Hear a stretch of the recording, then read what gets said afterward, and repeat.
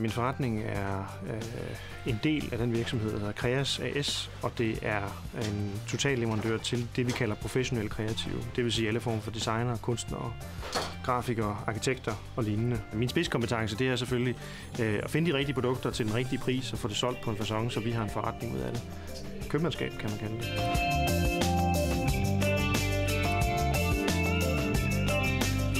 Tidligere så jeg revisoren sådan lidt som et nødvendigt onde, bare regnskabet i sig selv, og på den måde er det noget vanskeligt at forstå revisorens værdi, fordi ydelsen er meget sammenlignelig. Der er rigtig mange revisorer, der kan lave et regnskab. Så bliver anbefalet en anden revisor, og ham kom vi i kontakt med. Han er sådan, lidt ældre end mig, men stadigvæk sådan i min aldersgruppe.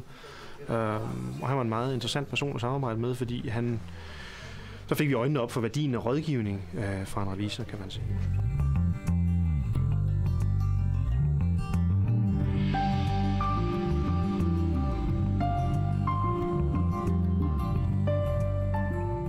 Revisorens rolle kan jo næsten ikke undervurderes i den situation, vi har stået i, og mange andre virksomheder har stået i gennem 2 år, siden finanskrisen holdt sit indtog. Og så er det rart at have en revisor, som har et overblik over virksomhedernes tilstand, har et overblik over, hvilke banker er i stand til at give kunderne en rimelig og ordentlig betjening, uden at gå i panik.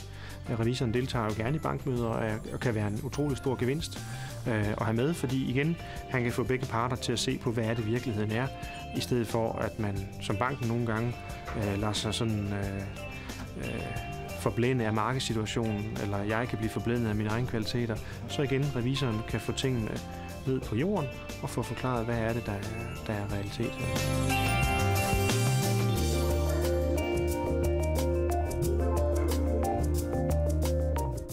En revisor er jo ligesom sådan en vandhane, du skruer på hanen, og så kan du få en ydelse, det koster noget, og du kan lukke igen, uden at det koster noget efterfølgende. Det er selvfølgelig ikke gratis, men det er pengene værd. Altså den værdi, man får ud af det, er større end det koster. Så han har da tjent sit honorar hjem, det må man sige.